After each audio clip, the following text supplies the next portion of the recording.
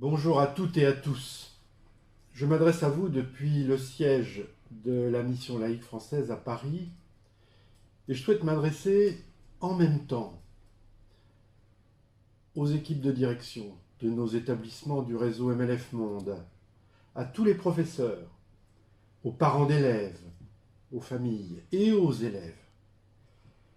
Car le moment tout à fait inédit que nous affrontons nous oblige à faire preuve d'une organisation nouvelle, tous ensemble, et à la connaître tous ensemble également. Je sais que ce qu'attendent les parents d'élèves dans cette période compliquée, stressante, inconnue, c'est que l'école, le bien qui pour eux est sans doute un des plus précieux, continue à faire son travail. Et c'est de cela que je veux vous entretenir, car c'est là que peut se mesurer la capacité d'un réseau comme le nôtre à faire face à une difficulté unique, encore une fois inédite, dans notre vie. 3 qualités sont requises de tous et de nous en tant qu'organisation. La réactivité d'abord, la continuité de l'effort ensuite, et qu'il soit collectif, c'est-à-dire la solidarité. La réactivité, nous l'avons depuis le 23 janvier, puisque la mission laïque française avait 2 écoles d'entreprise à Wuhan, dans la région du Hubei, en Chine, l'épicentre, naguère, de l'épidémie que nous connaissons maintenant. Et nous avons mis en place une configuration extrêmement rapide avec les entreprises, certes, pour faire en sorte que les professeurs soient en contact avec les élèves et que ces derniers ne perdent pas de temps, qu'ils soient en Chine sur place, puis, une fois qu'ils ont été rapatriés, là où des conditions d'enseignement ont pu être restaurées.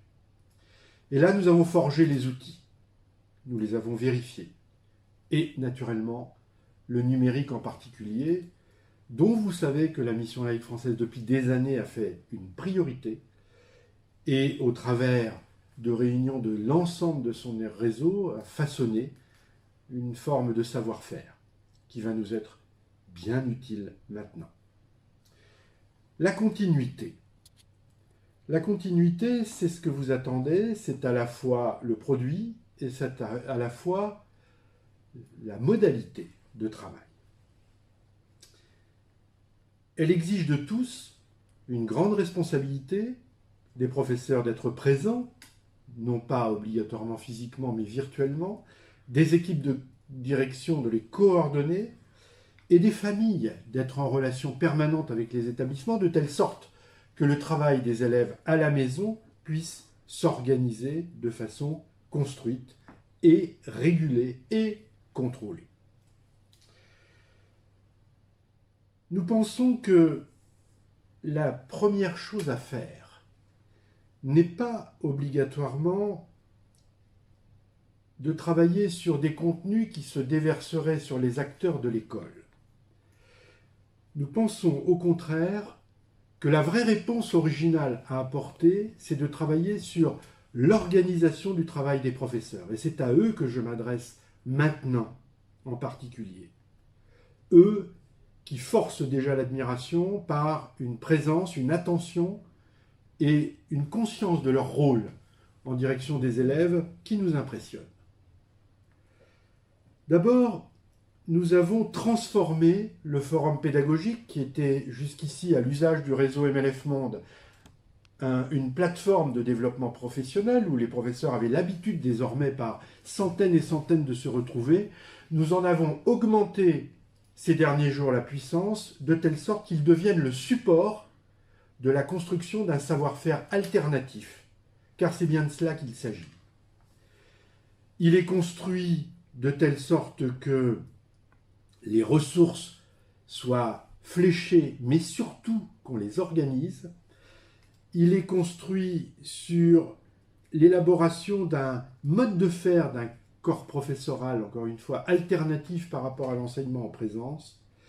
Il est construit sur des contenus qui seront diffusés non pas en français mais en 4 langues d'ici quelques jours, le français, l'anglais, l'espagnol et l'arabe.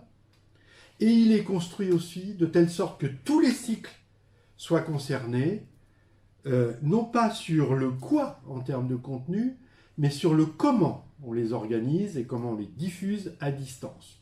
Depuis l'enseignement maternel, car c'est le plus compliqué, jusqu'au cycle terminal du lycée. Si vous consultez le forum pédagogique tel qu'il est organisé maintenant, avec cette petite échelle et ces 5 étages, vous voyez qu'en 5 semaines, au travers d'une trentaine de sessions par semaine qui peuvent réunir plusieurs dizaines d'enseignants et d'établissements, la première semaine s'est attachée à la manipulation des outils, elle se termine.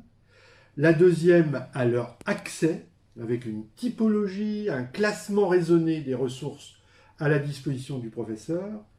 La troisième, ce dont on ne parle jamais, bien beau d'avoir des contenus diffusés par le numérique, encore faut-il savoir les scénariser lorsqu'on est à distance des élèves et qu'on veut être en contact avec eux et compris d'eux. La quatrième semaine sera construite autour de la production des élèves à distance et la 5e semaine sur leur évaluation. Autant dire qu'en 5 semaines, en formant plusieurs centaines de professeurs qui démultiplieront au sein des établissements ce savoir-faire nouveau, on devrait, peut-être pas exhaustivement, avoir un corps professoral beaucoup plus rodé à des outils, à des ressources, à des savoir-faire, à un mode de transmission qui n'a rien à voir avec ce qui se passe dans la classe. Et encore une fois, je remercie les professeurs. Quand on voit la façon dont ils fréquentent en nombre croissant ce dispositif nouveau, on ne peut qu'être confiant sur la façon dont ils vont travailler et dont ils vont transformer leur propre école. Le troisième point, c'est la solidarité. L'établissement, pour nous, est le centre de tout. Il va se reconfigurer en mode autonome, avec l'appui du réseau qui l'entoure, bien entendu, avec l'appui du siège qui, jour et nuit, travaille. Nos experts sont à la tâche en permanence et sont en relation avec vous. Les professeurs connaissent le réseau MLF Monde de ce point de vue et vous devez tous savoir que vous pouvez compter sur nous. Il n'y a pas de miracle. Le numérique n'est pas magique, mais là, on va montrer en effet que toute la capitalisation d'un savoir-faire progressif peut nous servir pour répondre à la situation.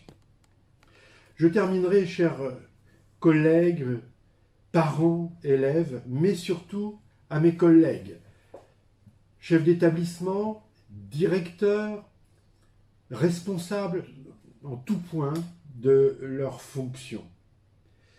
Dans cette situation inédite, l'enseignement qui se met en place ne peut obéir à aucune injonction extérieure. Il s'appuie sur le partage, sur la construction solidaire, sur l'établissement responsable. La mission laïque française en prend elle-même la responsabilité et y a la main. Vous pouvez compter sur elle. C'est à cela que sert un réseau dans ces périodes difficiles.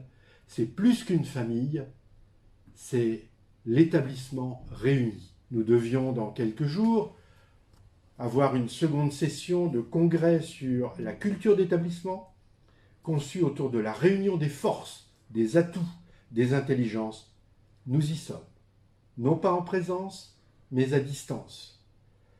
Cela est fait pour la réussite des élèves, leur confort psychologique et moral dans cette période de crise, mais aussi la confiance de l'ensemble des personnels d'encadrement et d'enseignement pour qu'ils puissent continuer à faire leur travail en conscience et avec le maximum d'efficacité.